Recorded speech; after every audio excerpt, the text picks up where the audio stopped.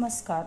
आज हम कक्षा 11th से आरोह भाग 1 से पाठ 2 राजस्थान की रजत बूंदें पाठ्य पुस्तक के अभ्यास प्रश्न उत्तर देखेंगे।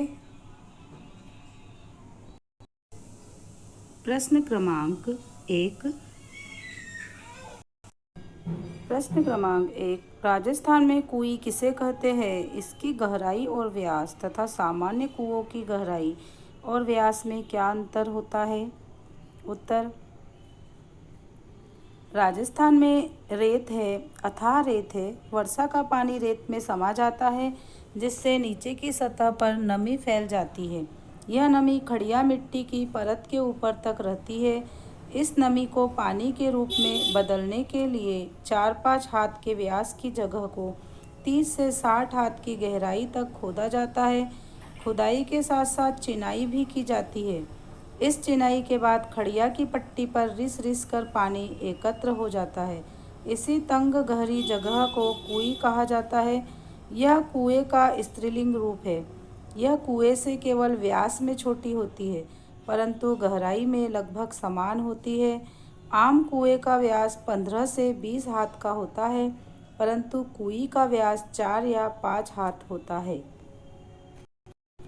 प्रश्न क्रमांक 2। दिनों दिन बढ़ती पानी की समस्या से निपटने में यह पाठ आपकी कैसे मदद कर सकता है तथा देश के अन्य राज्यों में इसके लिए क्या उपाय हो रहे हैं, जानें और लिखें। उत्तर। मनुष्य ने प्रकृति का जैसा दोहन किया है, उसी का अंजाम आज मनुष्य भुगत रहा है। जंगलों की कटाई, भूमि का जल स्तर घट गया है और वर्षा, सर्दी, गर्मी आदि सभी अनिश्चित हो गए हैं। इसी प्राकृतिक परिवर्तन से मनुष्य में अब कुछ चेतना आई है। अब वह जल संरक्षण के उपाय खोजने लगा है। इस उपाय खोजने की प्रक्रिया में राजस्थान सबसे आगे है, क्योंकि वहाँ जल का पहले से ही अभाव था। इस पाठ से हमें जल की एक एक बूंद का महत्व समझने में मदद मिलती है। पेयजल आपूर्ति के कठिन, पारंपरिक, समझदारीपूर्ण तरीकों का पता चलता है। अब हमारे देश में वर्षा के पानी को एकत्र करके उसे साफ करके प्रयोग में लाने के उपाय और व्यवस्था सभी जगह चल रही है। पेयजल आपूर्ति के लिए नदियों की सफाई के अभियान चलाए जा रहे हैं। पुराने जल संसाधनों को फिर से प्रयोग में लाने पर बल दिया जा रहा है। राजस्थान के तिलोनिया गांव में पक्के तालाबों में वर्षा का जल एकत्र करके जल आपूर्ति के साथ साथ बिजली तक पैदा की जा रही है, जो एक मार्गदर्शक कदम है। कुईनुमा तकनीक से पानी सुरक्षित रहता है। प्रश्न क्रमांक 3।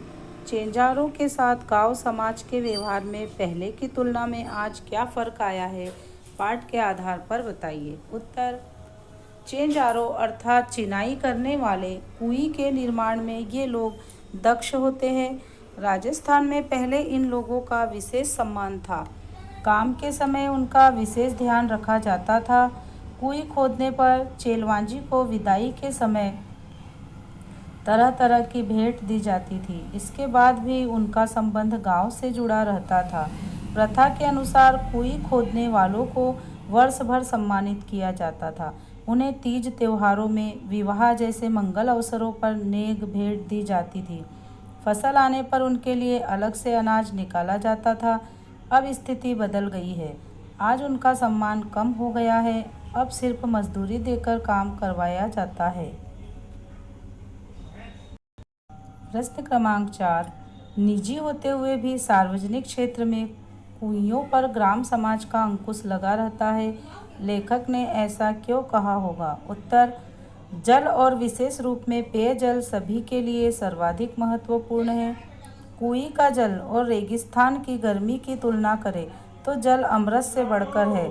ऐसे में अपनी अपनी व्यक्तिगत कुई बना लेना और मनमाने ढंग से उनका प्रयोग करना समाज के अंकुश से परे हो जाएगा। अतः सार्वजनिक स्थान पर बनी व्यक्तिगत कुई पर और उसके प्रयोग पर समाज का अंकुश रहता है। यह भी एक तथ्य है कि खड़िया की पट्टी वाले स्थान पर ही कुई बनाई जाती है और इसलिए एक ही स्थान पर अनेक कुई बनाई जाती है।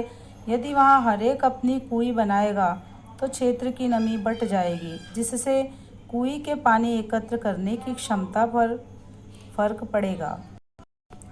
प्रश्न क्रमांक 5, कुएं निर्माण से संबंधित निम्न शब्दों के बारे में जानकारी प्राप्त करें। पालर पानी, पाताल पानी, रेजाणी पानी। उत्तर, पालर पानी। यह पानी का वह रूप है जो सीधे बरसात से मिलता है। यह धरातल पर बहता है और इसे नदी, तालाब आदि में रोका जाता है। इस पानी का वाष्पीकरण जल्दी होता है। काफ़ी पानी जमीन के अंदर चला जाता है। पाताल पानी, जो पानी भूमि में जाकर भूजल में मिल जाता है, उसे पाताल पानी कहते हैं। इसे कुओं, पंपों, ट्यूबवेलों आदि के द्वारा निकाला जाता है। रेजाणी पानी, यह पानी धरातल से नीचे उतरता है परंतु पाताल में नहीं मिलता है। यह पालर पानी और पाताल पानी के बीच का है। वर्षा की मात्रा नापने में इंच या सेंटीमीटर नहीं बल्कि रेजा शब्द का उपयोग होता है। रेज का माप धरातल में समाई वर्षा को नापता है। रेजाणी पानी खड़िया पट्टी के कारण पाताली पानी से अलग बना रहता है तथा इसे कुइयों के माध्यम से इकट्ठा किया जाता है।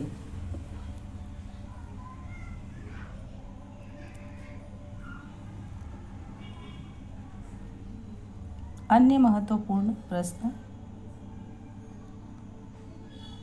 प्रश्न क्रमांक 1, कुई का अपने शब्दों में वर्णन कीजिए। उत्तर, कुई राजस्थान के रेगिस्तानी में मीठे पानी से पोषण करने वाली एक कलात्मक कृति है।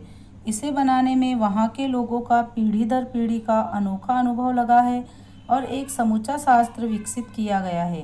राजस्थान में जल की कमी तो सदा से ही है। इसे पूरा करने के लिए कुएं, तालाब, बावड़ी आदि का प्रयोग होता है। कुई मीठे पानी का संग्रह स्थल है। मरुभूमि में रेत का विस्तार और गहराई अथाह है। यहाँ वर्षा अधिक मात्रा में भी हो तो भी शीघ्रता से भूमि में समा जाती है, पर कहीं कहीं मरुभूमि में रेत की सतह के नीचे प्रायः 10-15 से 50-60 हाथ नीचे खड़िया पत्थर की एक पट्टी चलती है। यह पट्टी जहाँ भी है वहाँ वर्षा का जल भूतल के जल में नहीं मिल पाता। यह पट्टी उसे रोकती है। यह रुका हुआ पानी संग्रह कर प्रयोग में लाने की विधि है कुई। इसे छोटे व्यास में गहरी खुदाई करके बनाया जाता है। इसकी खुदाई एक छोटे उपकरण बसौली से की जाती है। खुदाई के साथ साथ चिनाई का काम भी चलता रहता है। चिनाई ईंट, पत्थर, खीप की रस्सी और लकड़ी के लट्ठों से की जाती है। यह सब कार्य एक कुशल कारीगर चेलवांजी या चेंजारों द्वारा किया जाता है। ये पीढ़ियों के अनुभव से अपने काम में माहिर होते हैं। समाज में इनका मान होता है। कुई में खड़िया पट्टी पर रेत के नीचे इकट्ठा हुआ जल बूंद बूंद करके रिस रिस कर एकत्र होता जाता है। इसे प्रतिदिन दिन में एक बार निकाला जाता है। ऐसा लगता है प्रतिदिन सोने का एक अंडा देने वाली मुर्गी की कहानी कुई पर भी लागू होती है। कुई निजी होते हुए भी सार्वजनिक क्षेत्र में होती है। उन पर ग्राम समाज का अंकुश लगा रहता है। प्रश्न क्रमांक 2, राजस्थान में कुई क्यों बनाई जाती है? कुई से जल लेने की प्रक्रिया बताइए। उत्तर, राजस्थान में थार का रेगिस्तान है जहाँ जल का अभाव है। नदी, नहर आदि तो स्वप्न की बात है। तालाबों और बावड़ियों के जल से नहाना, धोना और पशुधन की रक्षा करने का काम किया जाता है। कुएं बनाए भी जाते हैं तो एक तो उनका जल स्तर बहुत नीचा होता है और दूसरा उनसे प्राप्त जल खारा होता है। अतः पेयजल आपूर्ति और भोजन बनाने के लिए कुएं के पानी का प्रयोग किया जाता है। इसी आवश्यकता की पूर्ति के लिए राजस्थान में कुएं बनाई जाती है। जब कुएं तैयार हो जाती है तो रेत में से रिस रिस कर जल की बूंदें कुएं में टपकने लगती है और कुएं में जल इकट्ठा होने लगता है। इस जल को निकालने के लिए गुलेल की आकृति की लकड़ी लगाई जाती है। उसके बीच में फेरडी या घिरणी लगाकर रस्सी से चमड़े की थैली बांधकर जल निकाला जाता है। आजकल ट्रक के टायर की भी चड़सी बना ली जाती है। जल निकालने का काम केवल दिन में एक बार सुबह सुबह किया जाता है। उसके बाद कुएं को ढक दिया जाता है। प्रश्न क्रमांक 3, कुएं और कुएं में क्या अंतर है?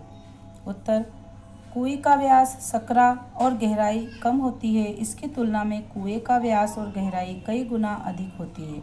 कुआं भूजल को पानी के लिए बनाया जाता है, पर कुएं वर्षा के जल को बड़े ही विचित्र ढंग से समेटने का साधन है। कुएं बनाने के लिए खड़िया पट्टी का होना अति आवश्यक है, जो केवल भूगर्भ जानकारी वाले लोग ही बताते हैं, जबकि कुएं के लिए यह जरूरी नहीं है। कुएं मीठे पानी का संग्रह स्थल है, जबकि कुआं प्रायः खारे पानी का स्रोत होता है। प्रश्न क्रमांक 4, कुएं का मुंह छोटा रखने के क्या कारण है? उत्तर, कुएं का मुंह छोटा रखने के निम्नलिखित 3 बड़े कारण हैं। 1, रेत में जमा पानी कुएं में बहुत धीरे धीरे रिसता है, अतः मुंह छोटा हो तभी प्रतिदिन जल स्तर पानी भरने लायक बन पाता है। 2, बड़े व्यास से धूप और गर्मी में पानी के भाप बनकर उड़ जाने का खतरा बना रहता है। 3, कुएं की स्वच्छता और सुरक्षा के लिए उसे ढककर रखना जरूरी है। मुंह छोटा होने से यह कार्य आसानी से किया जा सकता है। प्रश्न क्रमांक 5, खड़िया पट्टी का विस्तार से वर्णन कीजिए। उत्तर, राजस्थान की मरुभूमि में रजकणों के नीचे खूब गहराई में खड़िया पत्थर की परत पाई जाती है। यह परत काफ़ी कठोर होती है। इसी परत के कारण रजकणों द्वारा सोख लिया गया जल नीचे भूतल के जल में नहीं मिलता और उससे ऊपर रह जाता है। रेत के नीचे सब जगह खड़िया की पट्टी नहीं है, इसलिए कुएं भी सारे राजस्थान में नहीं मिलती। चूरू, बीकानेर, जैसलमेर और बाड़मेर के कई क्षेत्रों में यह पट्टी चलती है और इसी कारण यहाँ गांव-गांव में कुइयाँ हैं। जैसलमेर जिले के एक गांव खडेरों की ढाणी में तो 120 कुइयाँ थी। लोग इस क्षेत्र को 6 बीसी 6 गुणा 20 कहते हैं। इस पट्टी को पार भी कहा जाता है। जैसलमेर तथा बाड़मेर के कई गांव पार के कारण ही आबाद है। अलग जगह पर खड़िया पट्टी के अलग अलग नाम हैं। कहीं चह चारोली है तो कहीं धादड़ो, धड़धड़ो, कहीं पर बीटू से बिल्लियों के नाम से भी जानी जाती है। कहीं इस पट्टी को खड़ी भी कहते हैं। इसी खड़ी के बल पर खारे पानी के बीच मीठा पानी देता हुई कुएं खड़ी रहती है। प्रश्न क्रमांक 6, जो रेत के कण मरुभूमि को सुखाल बनाते हैं, वे ही रेजानी पानी का संग्रह करवाते हैं। पाठ के आधार पर वर्णन कीजिए।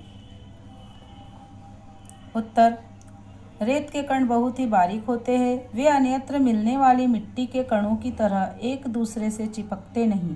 जहाँ अलगाव है वहाँ अलगाव भी होता है। जिस मिट्टी के कण परस्पर चिपकते हैं वे अपनी जगह भी छोड़ते हैं, इसलिए वहाँ कुछ स्थान खाली छूट जाता है। जैसे दोमट या काली मिट्टी के क्षेत्र में गुजरात, मध्य प्रदेश, महाराष्ट्र, बिहार आदि में वर्षा बंद होने के बाद धूप निकलने पर मिट्टी के कण चिपकने लगते हैं और धरती खेत आंगन में दरारें पड़ जाती है। धरती की संचित नमी इन दरारों से होकर उड़ जाती है। यहाँ के रेतीले कणों में बिखरे रहने में ही संगठन है। मरुभूमि में रेत के कण समान रूप से बिखरे रहते हैं। यहाँ अलगाव नहीं है, इसलिए अलगाव भी नहीं होता है। यहाँ लगाव नहीं है, इसलिए अलगाव भी नहीं होता है। पानी गिरने पर कण थोड़े भारी हो जाते हैं, पर अपनी जगह नहीं छोड़ते। भीतर समाया वर्षा का जल भीतर ही रहता है। एक तरफ थोड़े नीचे चल रही खड़िया पट्टी इसकी रखवाली करती है, तो ऊपर से रेत के असंख्य कण इस जल पर कड़ा पहरा रखते हैं। इस हिस्से में बरसी वर्षा की बूंदें रेत में समाकर नमी में बदल जाती है। यहीं अगर कुएं बन जाए तो ये रज कण पानी की बूंदों को एक एक कर कुएं में पहुंचा देते हैं। इसी कारण इस जल को रेजानी पानी अर्थात रज कणों से रिसकर आया पानी कहा जाता है। ये रजत कण बूंदों के रक्षक है, जो रेजानी पानी का कारण बनते हैं। प्रश्न क्रमांक 7, चेलवांजी तथा उसके द्वारा किए जाने वाले कार्य का संक्षिप्त परिचय दीजिए। उत्तर,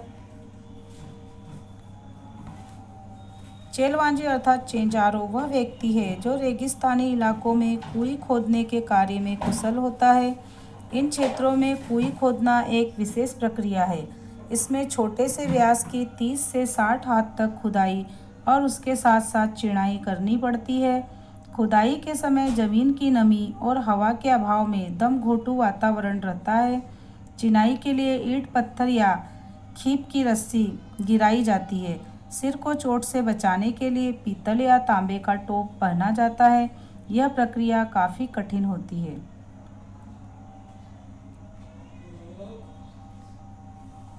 प्रश्न क्रमांक 8।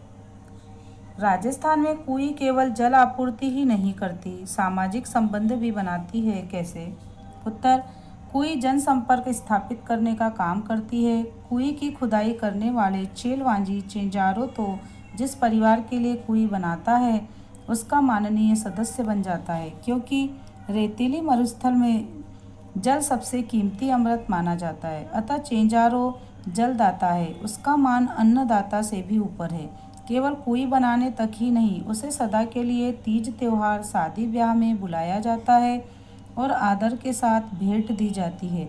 फसल के समय खलिहानों में भी उनके नाम का ढेर अलग से लगाया जाता है। चेंजारों के अतिरिक्त कुएं सामान्य जनों को भी एक समान धरातल पर लाती है। निजी होने पर भी कुएं एक सार्वजनिक स्थान पर बनाई जाती है। वहाँ अनेक कुएं होती है और पानी लेने का समय एक ही होता है। उसी समय गांव में मेला सा लगता है। सभी घिरनियाँ एक साथ घूमती है। लोग एक दूसरे से मिलते हैं। जल लेने के साथ साथ सामाजिक जुड़ाव भी होता है। निजी होकर भी सार्वजनिक स्थान पर बनी कुइयाँ समाज को जल के नाम पर ही सही समानता के धरातल पर ले आती है। अतः कुएं को सामाजिक, सांस्कृतिक, वैज्ञानिक, कलात्मक एवं पारंपरिक जल संसाधन कहा जा सकता है। ये सामाजिक संबंधों की सूत्रधारिणी है। प्रश्न क्रमांक 9। राजस्थान में जल संग्रह के लिए बनी कुएं किसी वैज्ञानिक खोज से कम नहीं है। तर्क सहित कथन की पुष्टि कीजिए। उत्तर, आवश्यकता आविष्कार की जननी है। यह कथन राजस्थान की कुएं पर पूरी तरह सत्य सिद्ध होता है। जहाँ जल की जितनी कमी है, वहीं इसे खोजने और संग्रह करने के अनेक तरीके खोज निकाले गए हैं। इसी प्रक्रिया में कुएं एक वैज्ञानिक खोज है। मरुभूमि के भीतर खड़िया की पट्टी को खोजना और उसे सतह के पानी को ऊपर लाना बड़ा दुर्गम कार्य है। पट्टी खोजने में भी पीढ़ियों का अनुभव काम आता है। कभी तो गहरे कुएं खोदते समय इसकी जानकारी मिल जाती है, पर कभी वर्षा के बाद पानी का रेत में न बैठना भी इसकी जानकारी देता है।